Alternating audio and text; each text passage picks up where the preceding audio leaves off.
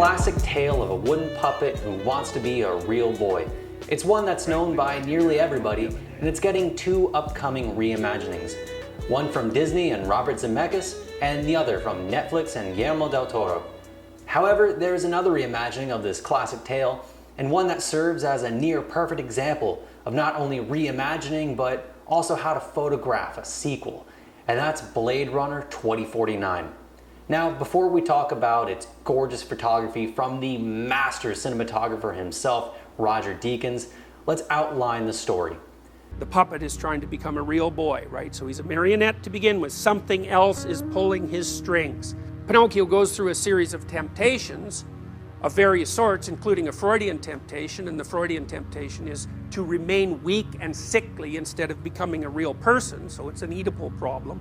And then another mode of pathological development is offered to Pinocchio, which is to do nothing but engage in short-term impulsive and destructive play. And that's on Pleasure Island. But when he goes to Pleasure Island, he finds that it's actually ruled by demonic forces with faceless entities. So Pinocchio escapes from that, and he does it basically by jumping into the unknown. And his conscience helps him prepare and goes along with it. In the midst of this complete chaos, Pinocchio has a choice, and the choice is he can either save himself, or he can put himself at great risk and rescue his father, finish the process, stop his father from drowning. And then we see him lying in a pool of water, dead. Rescuing his father, he died. He's pushed himself to his limits, and a natural process kicks back in and revivifies him. But now he's no longer a jackass puppet, he's actually something that's real.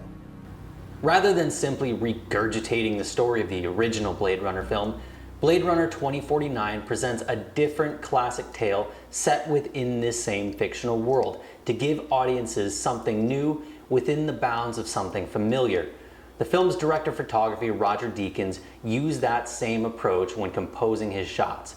Instead of just trying to copy and paste the look of the original, the all too humble Deakins crafted this film's look by going in his own unique direction. I'm not Jordan Cronenworth. I could not like Jordan, so I didn't even wanted to go there. He's got his style was so much more classic and cuts and wonderful. I couldn't do that. Kind of light in a naturalistic way, in a much simpler way. Mm-hmm. Obviously, it's got parallels because it's the same world 30 years on, but it's very much Denis' own take on the script. For the scene in Wallace's office, director Denis Villeneuve wanted the light source to circle around the two lead actors. So Deakins created a massive circular rig consisting of Fresnel lights and set them to a timer that would slowly dim from 0 to 100, one after another, creating this desired look.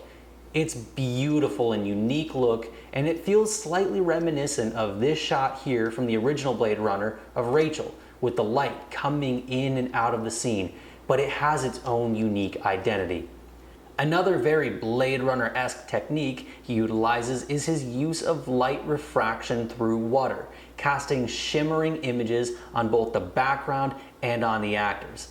It's unbelievably gorgeous looking effect, and much like how the original film gave their sets this dirty look by crumbling wet cork on the floors, Deakins achieved this by a surprisingly simple technique.